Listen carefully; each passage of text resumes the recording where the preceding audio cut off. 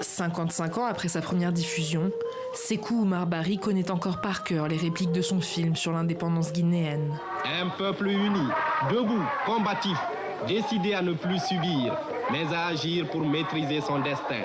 Désormais, ils sont dans le pays qu'ils ont aimé et défendu. Chaque fois que je le regarde, on dirait que je le regarde pour la première fois. En 1968, ce réalisateur profite de la révolution culturelle lancée par le premier président de Guinée, Ahmed Sékou Touré, pour proposer son documentaire à l'occasion des 10 ans de l'indépendance. Le feu vert est donné, le film inscrit dans la mémoire collective nationale. Il faut faire des retours en arrière pour expliquer d'abord pourquoi on a pris l'indépendance.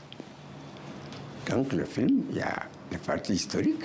Dire comme ça seulement on a pris l'indépendance, mais vaut mieux encore le film avec la force de l'image, essayer de stimuler la population, vous comprenez, pour qu'elle réalise mieux pourquoi on a pris l'indépendance et quand on est indépendant, qu'est-ce qu'on doit faire, quelles sont ses responsabilités.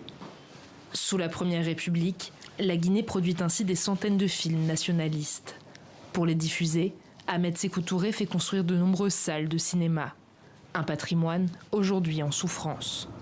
Au fil des décennies, les salles obscures guinéennes se sont fait moins nombreuses, comme ici à Conakry, dans cette ancienne institution fermée il y a près de 20 ans.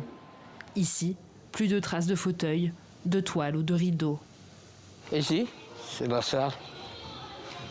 Ici, c'est un podium. C'est ici. Ça, c'est la place de l'écran, avant. Jusque dans les années 2000, Abou Bangoura était projectionniste. Il a diffusé de nombreuses fois le documentaire de Sékou Oumar Bari. Le film a rentré beaucoup d'argent ici. À l'époque, il faut comprendre que le Guinéen, il veut voir l'image de la Guinée. Samedi, si tu ne viens pas, tu ne peux pas avoir de place. Le site héberge désormais une boîte de nuit très fréquentée. Son gérant souhaite réhabiliter l'ensemble du complexe. Selon lui, rouvrir une salle de cinéma ne serait pas rentable. Mais il a d'autres idées pour faire revivre le 7e art guinéen. Projection de cinéma et artistique. Ça va être une salle polyvalente qui va faire donc de la cinématographie. Donc on va s'organiser avec le ministère de la Culture pour prévoir des jours bien définis pour faire des projections cinématographiques. Et en même temps, pour la rentabiliser, elle sera polyvalente. On pourra faire des conférences de presse, on pourra faire des salles de formation, on pourra faire une dédicace pour les artistes.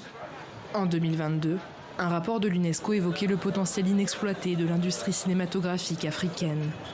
Sur le continent, seule la moitié des pays mènerait une politique de soutien au secteur.